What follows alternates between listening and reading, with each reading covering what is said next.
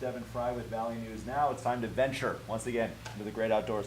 I'm actually comfortably indoors, but we should probably host this outside once. I would. To make the great outdoors title. I mean, it's easy to say today. Yeah. In the middle of January, if you start dropping that, I'll be like, maybe not. Not now. Yeah, you go ahead. I'll just keep hiding inside the Right. station until it's not 80 degrees anymore, and then I'll be comfortable, and then everything will be fine.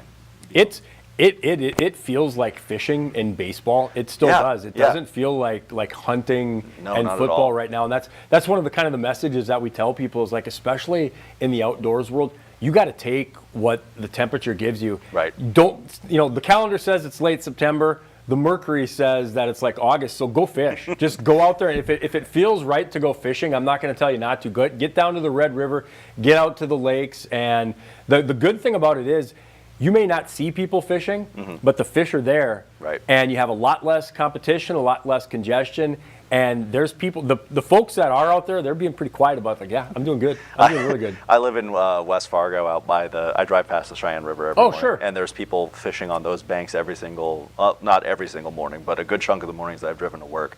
And I'm like, I don't know what y'all are going for in there, but I hope it's bountiful for you. It's really kind of cool because I moved down here as a game warden, and one of the things that I learned right away is I was in like small town Podunk, North Dakota. Right. And one of the things I learned quick here is when you live in a bigger metropolitan city for our area is there's a lot of people working shift work that get off work and they can't just go home and go to bed. They go fishing. So there's people fishing at 5 o'clock in the morning, 6 o'clock in the morning, and it's kind of cool to have those opportunities because they're catching fish too. I mean, if you're just going to sit somewhere, you can go find a park bench, but they're catching fish, so you're seeing it and it's happening, and it's just, again, maybe you haven't thought of doing that before. Here's the reason. Get out there and go fishing tomorrow morning. I just realized we never did a proper introduction. We just started vamping right away. Sorry. This is The Great Outdoors with Doug Leier joining us from North Dakota Game and Fish. Doug, I guess kind of the first thing, kind of continuing what we were talking about last week, the youth openers for deer and waterfowl. We talked about how valuable that is for these young hunters. We talked about that last week. What did you guys see as far as the turnout for that? And it was good. I wouldn't say great. Just, again, simply part of it is the weather, and that plays a real key in any kind of outdoor recreation activity, whether it's hunting or fishing or golf or anything like that. Right. And last weekend, if you remember, there was a lot of rain. True. And some places just got complete downpours. Devil's Lake area, Valley City, 3, 5, 6 inches of rain. So the rain put a damper on some of it, but I visited with some young duck hunters and they just had a blast. They got out there, they found some ducks. The deer hunt the youth deer season opened up last Friday. That continues on through this weekend. Okay. That was a little less successful. Okay. And I'm not sure exactly why. I mean, the deer numbers aren't as strong as they were definitely, years ago. And maybe the weather had more of an impact on that because when it wasn't raining, then it got hot and then it got windy. So that can kind of mix it. But there were some deer killed. There were some ducks killed. And I mean, that's the whole reason for the season is to get kids outdoors, to start them off. And so it was a good start. It was a good start. I will say I have some obviously friends in the area. I've been here long enough that have kids, and some of them posting that how excited their kids were. Head to toe orange, ready to rock. The kids seem to have a great time, and that's really what matters. What we were talking about. No, and it does. And actually, I took a phone call earlier today, and talking about the youth deer season and the waterfowl season, and it was kind of an interesting conversation, if you don't mind. Yeah. So I mentioned the word kill. Yeah. And yeah. I was asked, why do you say kill? And there were 5 ducks killed or 2 deer that were killed. And the truth of the matter is, the respect of the game. These are not human beings. Right. These are a renewable resource, so to speak. And quite frankly, when somebody goes and chops some firewood, when they're cutting down a tree, they don't say that they killed the tree. They harvest it. That's fair. So what we've kind of used is when it's an individual and it's a hunt, well, they went out there and they killed their deer. They went out there and they killed a couple of pheasants. They killed a couple of geese. In a bigger picture, how many deer were harvested last year? How many ducks and geese were harvested last weekend? So it does kind of put it into a context of that this is a renewable resource. And I get it. I mean, I respect the opinion of people. You've spent some time outdoors. Right. And the truth of the matter is, you're not harvesting fish when you're going out there to catch a couple of fish. When you see the big boats going out there, they're harvesting tuna or whatever, salmon or whatever that's doing. Yeah. That's a little bit. So sometimes it comes down to a little bit of semantics as to what people want to hear and what people want to. And we're not trying to disrespect anybody, right, by saying that they killed a deer versus that they harvested a deer. And as somebody who works in the news industry, it is the information that we're trying to get out there. We're trying to get the information out there in the most clear way possible. And so it's kind of a relatable thing in that regard. But yeah, it's a case-to-case basis there. And the terminology may sound cold to some there, but it's really just kind of about the information and how things are going, which is and we try to make sure that we're in that philosophy of not being intentionally passive, not being intentionally cold, and making it emphasizing or stressing that they were killed. They killed a deer. They killed a couple of ducks. And in the bigger picture of comparing it to a wheat harvest, where a full renewable resource that can be planted and harvested each year is what we look at with a duck harvest, a deer harvest, and a pheasant. So you're going to hear those words, and you're going to hear them interchangeable based on the context of the conversation, Devin. Gotcha, and that's going to keep going all throughout the seasons that we have coming up here. More seasons set to open coming up. September 27th is the opening of the residents waterfowl season, correct? So that's a kind of a head start a little bit for the residents of this area. Yeah, and we have a resident, and this has been going on for probably around 20 years or so, maybe a little bit longer than that, where the residents gets the first week of duck and goose hunting in North Dakota. And it's really kind of a way to thank the residents and the citizens of North Dakota, because whether it's like being a tea maker or having a membership at a golf course, whatever it might be, there's the fact that you live here in North Dakota year-round. You don't just fly here from Texas or Arizona each fall to go hunting for a week and then leave. This is a way to just kind of thank the people of North Dakota. And because when it comes to waterfowl hunting, competition and congestion of hunters is a big factor. The more hunters you have out in the field, the harder it is to find a spot to go. You have a field of ducks. That doesn't just mean that you can put 20 different hunters on that same field of ducks. Right. And so we have to try to spread out the pressure a little bit, which also improves the quality of the hunt for the hunters. So it's kind of a give and take in that when you have an early resident opener, you're going to have a little less competition, a little less congestion, and you're going to also probably deal with a lot warmer weather than what you normally would. There's going to be much better duck hunting type weather in mid-October and into late October.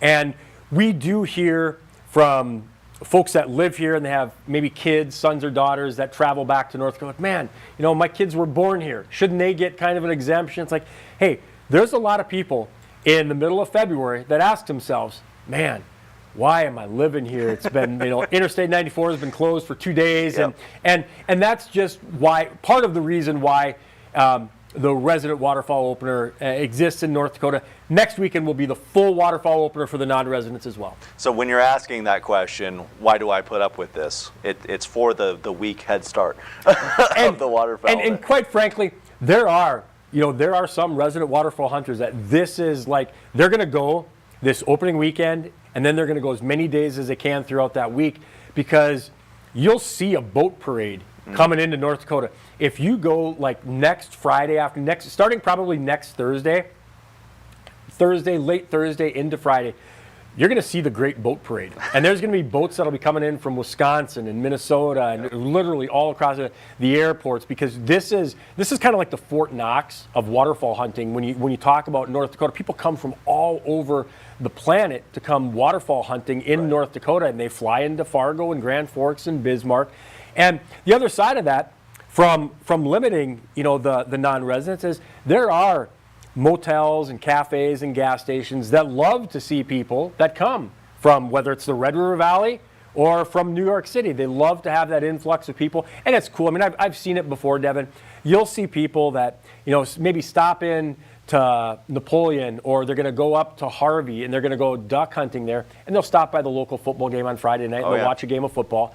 Yep. And that's kind of cool. They take part in some of the local festivities, whether it's a wild game feed that some places put on, or a fall festival that they have. So it's just kind of a really neat opportunity for the waterfowl hunters. As an Alaskan, the hunting tourism hits real close to home. So the boat parade coming in, it's very real. Now, one thing to look out for, with the boats that are going to be out there for the waterfowl, and you mentioned the big boat parade coming in, zebra mussels still rearing their ugly head there. Just kind of, what can you tell us about that invasive species, and just kind of what people have to look out for? Here's one of the big things that people overlook is most people are very aware of aquatic nuisance species, zebra mussels, in the summertime with their boats, their jet skis, their personal watercraft, and they're pulling the plug, they're cleaning their boats, they're cleaning everything off. But those same rules and regulations are also in effect anytime you're using the water. So if you're duck hunting in a boat, in the sloughs, in the lakes,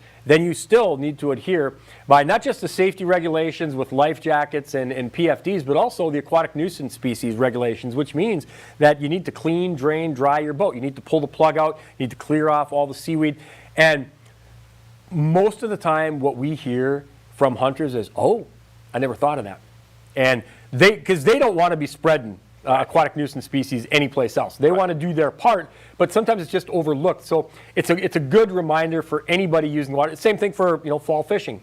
Remember those same rules and regulations that you were adhering to on the 4th of July are still in effect right now. And we see some different compliance issues with that from our game wardens, and a lot of times it's more of I knew but I didn't think about it. I knew, but it just slipped my mind, because in the summertime in the water, it's almost like putting on your seatbelt. It's like, okay, you pull the plug, you drain the water, you clean off the seaweed before you leave the lake. And in the fall with duck hunting, sometimes it's like, oh, I forgot to do that. It's just kind of an oversight. So if you're watching and you're going duck and goose hunting, or some friends or family that are going to be, just make sure that you remind them, because the last thing we want to do is be transporting and introducing any kind of aquatic nuisance species into any new bodies of water. Something like zebra mussels obviously comes up a lot around that 4th of July timeframe, people hopping around from different lakes and stuff like that. Is it kind of a year-long thing? Obviously, maybe not when there's ice on the water, but is it kind of something you guys have to just kind of keep reminding people of in a year-round situation? Yeah, and again, part of it is because, when you get people like my age and older, it's relatively new. Now, younger boaters, they've always been dealing with zebra mussels and aquatic nuisance species and having to pull the plug and drain all the water. And some of the older generation, like, oh, that's right, I forgot about that. So really, anytime you're on the water, one thing that, kind of tends to open people's eyes a little bit is we say, this is the stuff that we know about. The fear is also what we don't know about. What's the next virus? What's the next invasive species that might be introduced? And so that's why it's across the board with water. It's from springtime to summertime to fall. And our game wardens would rather see compliance than writing a ticket. I mean, they're not. They'd rather have people complying to all the rules and regulations. And so it's a good reminder that the aquatic nuisance species regulations, they're in effect not just for fall fishing, but also anytime you're going on the water for goose hunting, duck hunting, as the waterfowl seasons are opening up. And I'm sure a lot of people know, and you've mentioned it a couple times, to comply with that. It's as simple as pulling the plug on your boat and making sure there's no seaweed on there? It's really, that's basically what it comes down to, is, comes down to common sense and being intentional about it. Pulling the plug is a big one. Draining the live well, draining the bait well, cleaning any kind of seaweed off there. And the cool thing is, a lot of places now, they have, pressure wise, they have, systems that can help you do that. From the duck sloughs and stuff like that, you got a little more weeds that you're dealing with, but again, the threat is there. The threat is there. Gotcha. Wash your boats. Yes. Last topic before we go ahead and get you out of here, Doug. Sure. Thank you again for making time for us. It's going to be back every Wednesday for the Great Outdoors. Pheasant outlook for this upcoming pheasant season here. Kind of what are numbers looking like? I see here things are looking relatively steady from where they were last year. Yeah, they are. I would say steady is a good word, but what may give the most optimism is, while our pheasant numbers down 3% from last year, brood numbers up a little bit, is that when we look at our total number of pheasants, they're probably 40 to 50% higher. Again, depending on which corner of the state you're at, which county that you're in, but statewide, about 40 to 50% above the 10-year average. And if you had stock in pheasants, you're doing good. You're doing really well. Buy yeah, it's a right good now. thing.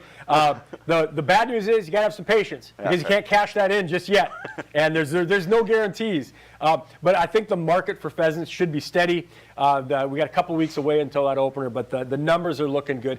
And for a lot of people right now on days like today, they're going, why isn't pheasant season open? It's a beautiful day. It hasn't been great duck and goose hunting weather. The archery deer hunters, they've been dealing with mosquitoes and the warm temperatures. So a lot of things that are really kind of peeling folks off to go fish, go fish, go fish. People were water skiing last weekend, man, and maybe this weekend they will be again. I mean, it's happened 80 degrees. Why not? I mean, anybody could water ski in July. We hit October, and you got 80-degree air temperatures and 65-degree water temperatures. I'd love to see those videos of people water skiing in October because you don't get to do that every year around these parts. How many questions do you guys tend to get around? Obviously, this time of the year, I imagine the questions start to come in of what things are looking like, what the conditions are looking like. How much does maybe this odd type of weather we're having right now kind of affect the questions that are coming in and just kind of your communication for anybody with questions out there? Well, whether you're at the grocery store, in the TV studio, or out at the gas station, the cafe, this weather just puts a smile on people's faces. I mean, it's like myself and Duke were talking about. You feel like you're stealing days. Yeah, you feel like, okay, we stole a couple of days, we stole the whole week, and you can't just hold on to them. You got to buy. So there's a lot of people that are excited about the outdoors, from archery deer hunting to the grouse season that's been going on to the youth deer season. Because sometimes we get to this time of the year and the weather's throwing curveballs, and you tell a 15-year-old we're going to go out hunting, and it's rainy and it's cold, and they're like, oh, really? Do I really want to? They find a deer, they find a duck, they put a smile on their face, but it's a lot easier to get people outdoors in the nice weather, even if they're not shooting ducks, even if they're not shooting deer. So a lot of optimism, a lot of phone calls coming in, as you said, because we're kind of ramping things up. The full waterfowl season opening up next weekend, and then we've got the pheasant hunting season coming soon. So it's a great time to get outdoors.